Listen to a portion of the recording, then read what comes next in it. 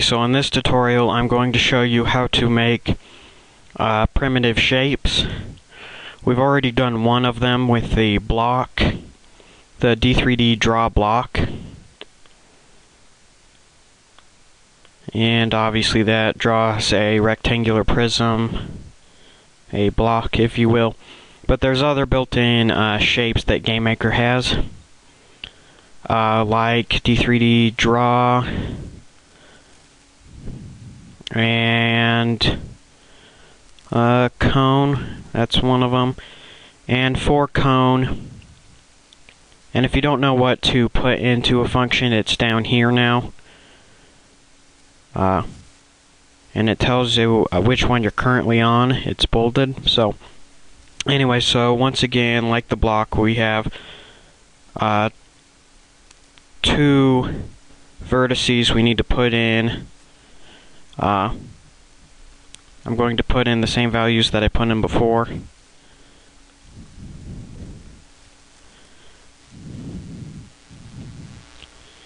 X plus 16, Y plus 16, Z plus 16, just like I did with the block. Then you type in the texture ID, which I have is B block.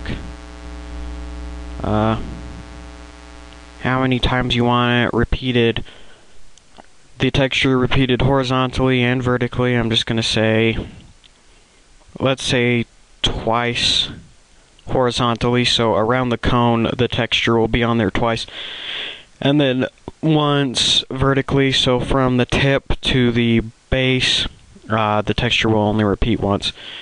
Closed, this is one more thing.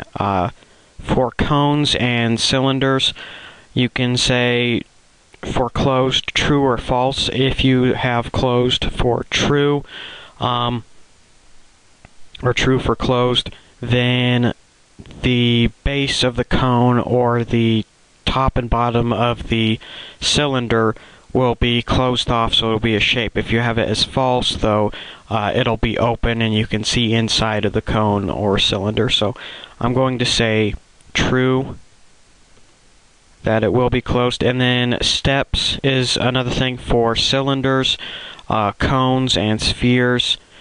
Since they're round, the more steps you have, the more round they will be. The less steps you have, the more jagged and sharp they'll look, because it's really just drawing a bunch of lines.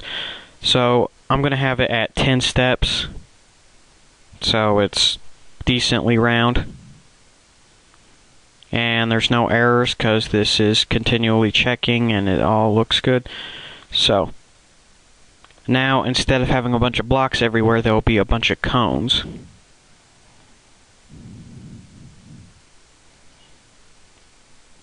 There we go.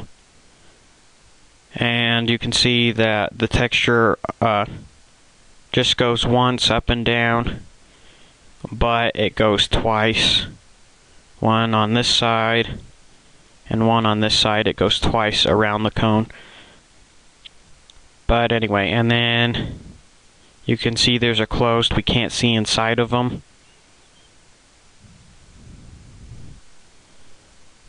So what other drawing primitive shapes do we have? Cylinder, X minus 16, Y minus 16, Z minus 16, X plus 16, Y plus 16, Z plus 16. Texture, just have it once in both directions. Once again, we have closed and steps. I'm going to have it closed, so true, and 10 steps again.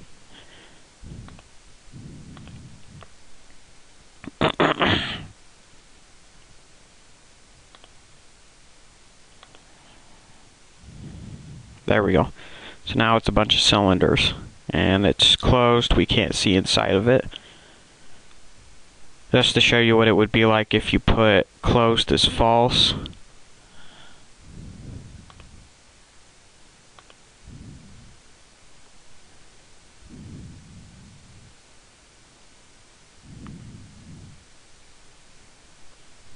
You can see inside the cylinder now. It's wide open. Anyway, let's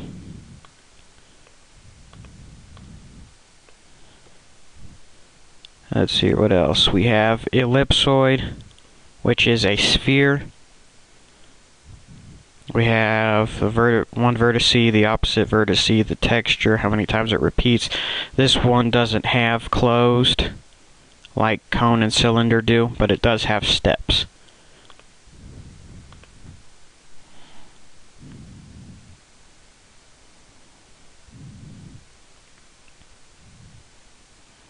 There we go. And the more steps you would have, the less unround it'll look. The more round it'll be, the more steps you have.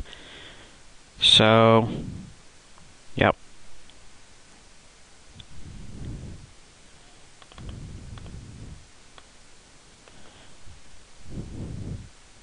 Oh yeah, and then the last two are floor and wall. Floor draws going across the XY grid, flat images, if you would, just the flat texture. So I'm going to say x minus 16, y minus 16, and then keep the z value the same.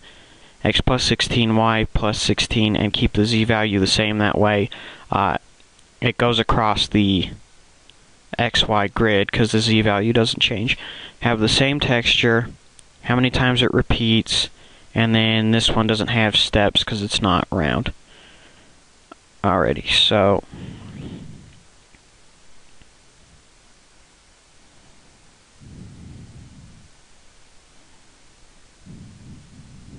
there we go, and you can see these are flat. You can I have these all a random z value if you watched my one of my previous tutorials, so that's why they're all up and down. But you can make an object that's supposed to be a floor and set it to a specific z value and make it go across like a floor would.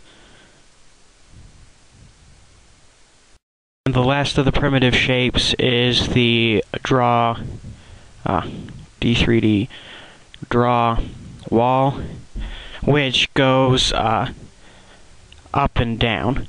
So we say, let's say we want this to go across the or go with the y-axis. We're going to have no change in x, a change in y, so y minus 16, and then z minus 16. Again, no change in x. Then y plus 16, z plus 16. And then the same stuff with the texture and the, it's got the same stuff in it than draw floor does.